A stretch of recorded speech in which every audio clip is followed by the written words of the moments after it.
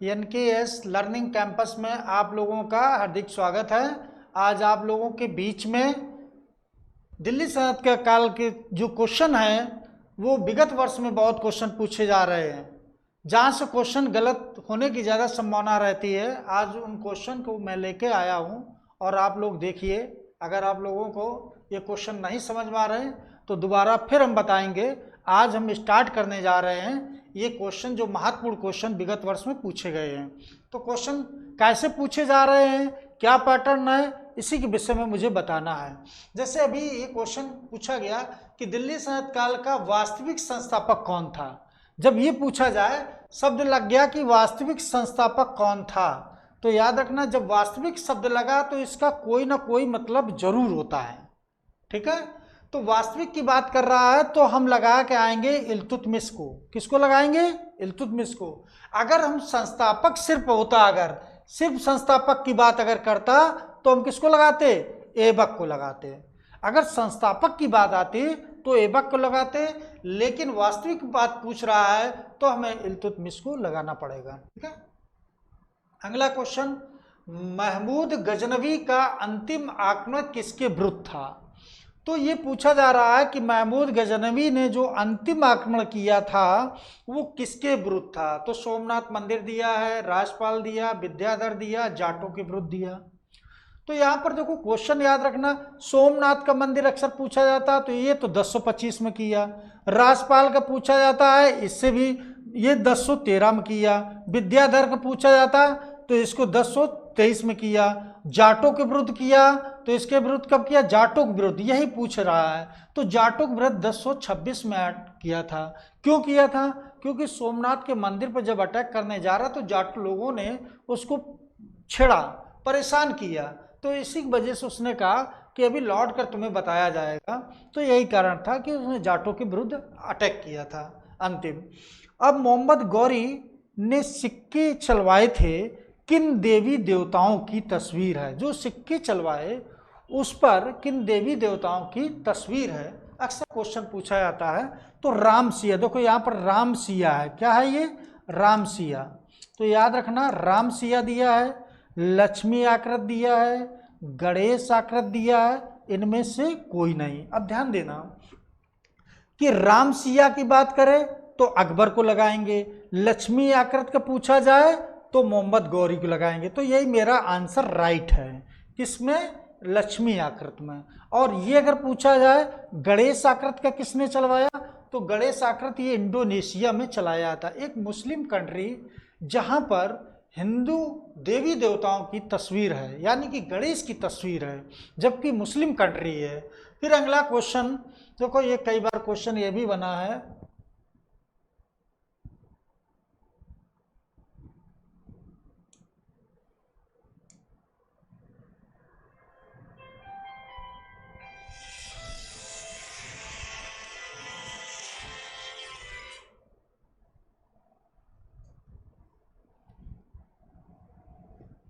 इल्तुतमिश के बाद गद्दी पर बैठने वाला शासक कौन था। तो याद रखना रजिया सुल्तान, बैराम शाह, अलाउद्दीन महसूद शाह और रुकनुद्दीन।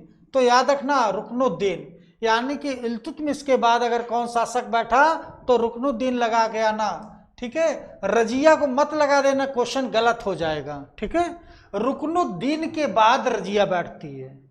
और दूसरी चीज कि यह भी क्वेश्चन कई बार पूछा गया कि दिल्ली की गद्दी पर बैठने वाली पहली मुस्लिम महिला कौन थी, तो रजिया को लगा के आना। अगला क्वेश्चन, व्यवसायिक शिक्षा पद्धति। व्यवसायिक शिक्षा पद्धति चालू सर्वप्रथम दिल्ली से किसने की थी? व्यवसायिक शिक्षा की बात अगर कर रही है तो याद रखना मोहम्मद बिन तुगलक दिया है, अलाउद्दीन खिलजी दिया है, फिरोज तुगलक दिया है, जलालुद्दीन खिलजी दिया। तो देखो व्यवसायिक शिक्षा की बात आए तो फिरोज तुगलक को लगा के आना। और एक और शासक था जो सिकंदर लोदी है। कौन है? सिकंदर लोदी। यानी कि दो ऐसे शासक थे, सिकंदर लोदी, यानी कि दो शासक हैं जिसने व्यवसायिक शिक्षा चालू की थी।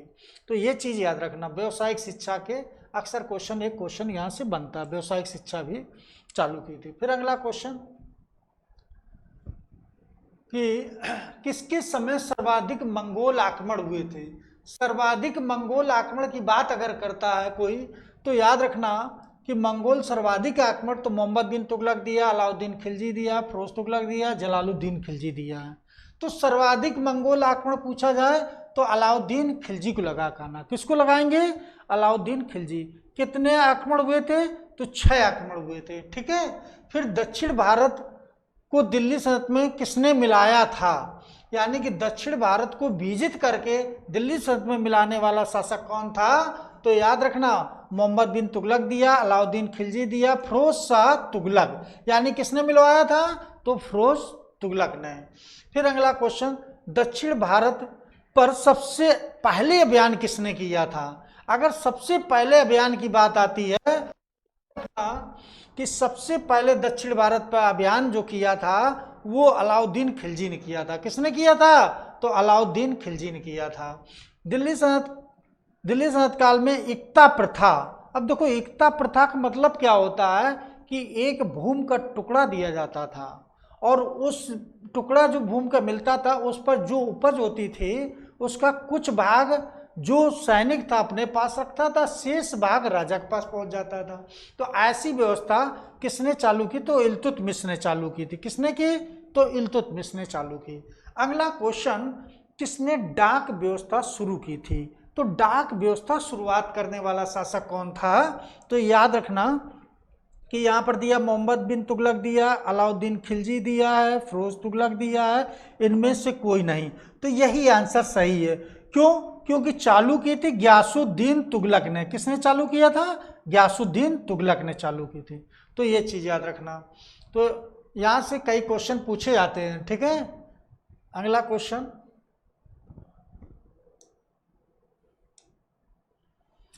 क्वेश्चन, कि दिल्ली सल्तनत काल में नगद वेतन। अब देखो, नगद वेतन की बात आती है कि नगद वेतन देने की शुरुआत किसने प्रारंभ की थी? तो याद रखना कि नगद वेतन की बात करें तो फिरोज तुगलक दिया, जलालुद्दीन खिलजी दिया, मोहम्मद बिन तुगलक दिया और अलाउद्दीन खिलजी दिया। कौन आंसर राइट होगा? अलाउद्दीन खिलजी। नगद वेतन यानी कि एकता व्यवस्था को समाप्त कर दिया था। किसने किया? अलाउद्दीन खिलजी ने। एकता व्यवस्था समाप्त करने के बाद उसने नगद वेतन देना प्रारंभ किया। अब दिल्ली सल्तनत काल का कौन सुल्तान था जिसने मात्र एक उपाधि धारण की थी? अब मात्र एक उपाधि धारण की थी तो मोहम्मद बिन तुगलक दिया है, बलबन दिया, ऐबक दिया और खिज्र खां। ये खिज्र खां तो जो था, ये याद रखना, अक्सर क्वेश्चन पूछा जाता है कि खिज्र खां, तो खिज्र खां ये किस वंश का था? तो ये याद रखना कि ये खिज्र सैयद वंश का शासक था। किस वंश का था? तो ये सैयद वंश का शासक था। तो यहाँ से भी क्वेश्चन कई बार पूछा गया है कि खिज्र खां किस वंश का था? तो ये याद रखना, ये खिज्र खां सैयद वंश का शासक था। अब अगला क्वेश्चन हम लोग फिर देखते।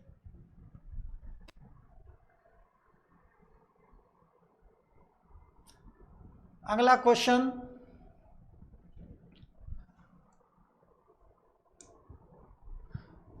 दिल्ली सल्तनत का कौन सा सुल्तान था जो हिंदुओं के त्योहारों में भाग लेता था? जैसे कि होली, दीपावली आदि त्योहारों में भाग लेने वाला ऐसा कौन शासक था? तो याद रखना, जैसे दिया मोहम्मद बिन तुगलक, अलाउद्दीन खिलजी, फिरोज तुगलक, जलालुद्दीन खिलजी। तो याद रखना, मोहम्मद बिन तुगलक सही आंसर होगा। कौन सा? मोहम्मद बिन तुगलक। मोहम्मद बिन तुगलक को पागल बादशाह भी कहा जाता है। ठीक है। और दिल्ली सल्तनत काल का सर्वाधिक विद्वान कौन था? तो मोहम्मद बिन तुगलक था। अगला क्वेश्चन, कौन सुल्तान था जो पागल बादशाह के नाम से जाना जाता है? अब देखो, पागल बादशाह के नाम से कौन जाना जाता है? तो याद रखना, कोई और नहीं, यही मोहम्मद बिन तुगलक। घोड़े को दागने की प्रथा की शुरुआत किसने की? घोड़े की दागने की प्रथा पूछ रहा है। तो घोड़े के दागने की प्रथा किसने चालू की थी? मोहम्मद बिन तुगलक दिया, अलाउद्दीन खिलजी दिया, फिरोज तुगलक दिया, जलालुद्दीन खिलजी दिया। तो याद रखना, घोड़े की दागने की प्रथा शुरुआत की थी अलाउद्दीन खिलजी ने। किसने शुरुआत की थी? अलाउद्दीन खिलजी ने। फिर अगला क्वेश्चन, किसने कृषि के लिए एक अलग विभाग खोला था? तो विभाग तो खोला था इसने, मोहम्मद बिन तुगलक ने। ठीक है। किसने खोला था? मोहम्मद बिन तुगलक ने खोला था। तो ये चीज़ याद रखना, कई बार क्वेश्चन पूछा गया कि कृषि के लिए ये विभाग किसने खोला, तो याद रखना मोहम्मद बिन तुगलक ने। अगला क्वेश्चन कि सुल्तान ने सिंचाई कर लिया था। अब सिंचाई कर की बात अगर पूछा जाए तो सिंचाई कर लेने वाला कौन था, तो मोहम्मद बिन तुगलक दिया, अलाउद्दीन खिलजी दिया, फिरोज तुगलक दिया, जलालुद्दीन खिलजी। तो सिंचाई कर तो फिरोज तुगलक ने लिया। किसने लिया था? फिरोज तुगलक ने। और एक चीज और याद रखना, फिरोज तुगलक ने सिंचाई कर लिया, क्यों? क्योंकि उसने सर्वाधिक नहरों का निर्माण भी कराया, यानी कि सिंचाई कर लिया और इसके बाद उसने नहरों का निर्माण भी करवाया, यानी कि सर्वाधिक नहरें अगर पूछा जाए किसके समय हुआ, तो फिरोज तुगलक के समय हुआ।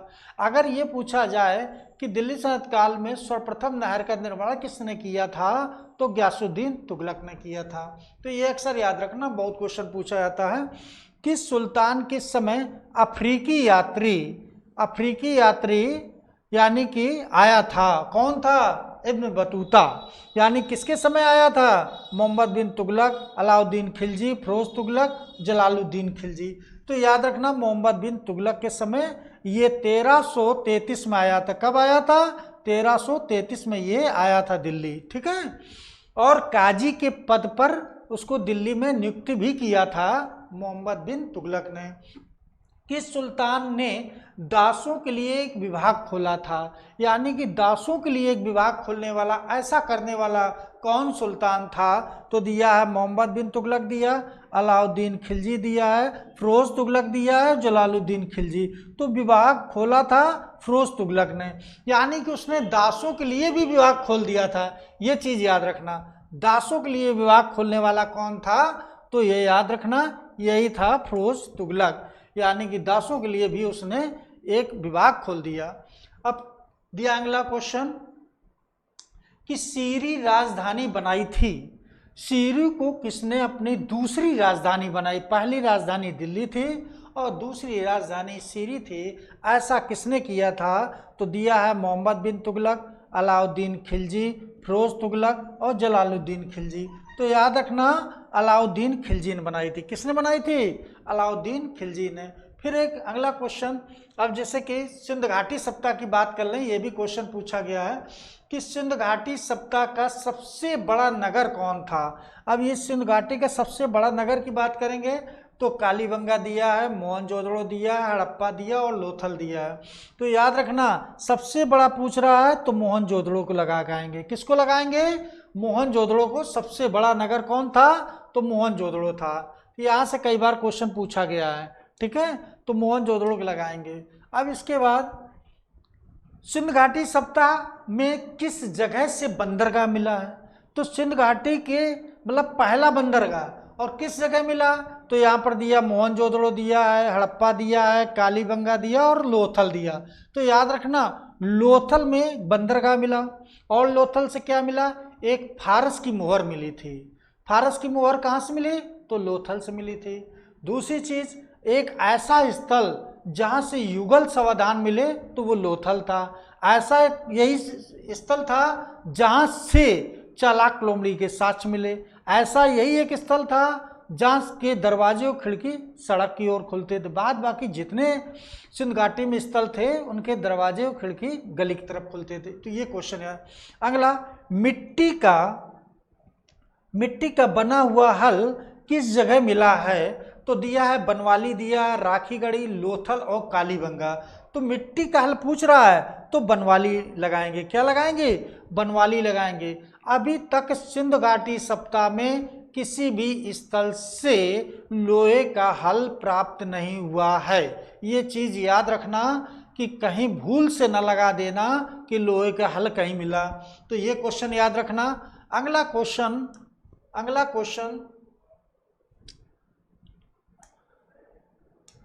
क्वेश्चन है कि सिंध घाटी सप्ताह से मलेरिया का साक्ष्य कहाँ से मिला है? किसका? मलेरिया का साक्ष्य कहाँ से मिला है? तो मलेरिया का साक्ष्य याद रखना कि सिंध घाटी मलेरिया का साक्ष्य पूछा जा रहा है। तो ये कई बार क्वेश्चन आया। तो हड़प्पा दिया, लोथल दिया, मोहनजोदड़ो दिया, कालीबंगा, तो हमें क्या लगाना पड़ेगा? मोहनजोदड़ो। एक चीज याद रखना कि सबसे पहले मलेरिया का साक्ष्य मोहनजोदड़ो से मिला और जॉन कैनेडी ने इसको खोजा था। एक ऐसा व्यक्ति जो मलेरिया से ग्रसित था और ये इसकी खोज जॉन कैनेडी ने की थी और ये एक अमेरिकी कौन थे, वैज्ञानिक थे। अगला क्वेश्चन और अंतिम क्वेश्चन मेरा है कि सिंधु घाटी सप्ताह से किस जगह कांसे की मूर्ति मिली है, यानी कि सिंधु घाटी सप्ताह से किस जगह से एक कांसे की मूर्ति मिली है जो स्त्री है और वो नाच कर रही है, क्या कर रही, डांस करते हुए दिखाया गया है। तो हड़प्पा दिया है, लोथल दिया है, मोहनजोदड़ो दिया और बनवाली। तो मोहनजोदड़ो लगाएंगे, क्या लगाएंगे, मोहनजोदड़ो। अगर यही क्वेश्चन होता कहाँ से एक पुरुष नृत्य करते हुए मूर्ति मिली तो हड़प्पा लगाते। तो ये मित्रों याद रखना, अगले क्वेश्चन पेपर में पुनः हम मिलेंगे आपसे और मेरे साथ जुड़े रहिए। आपको बहुत अच्छे अच्छे क्वेश्चन हम पुनः फिर देंगे। ठीक है, फिर मिलते हैं।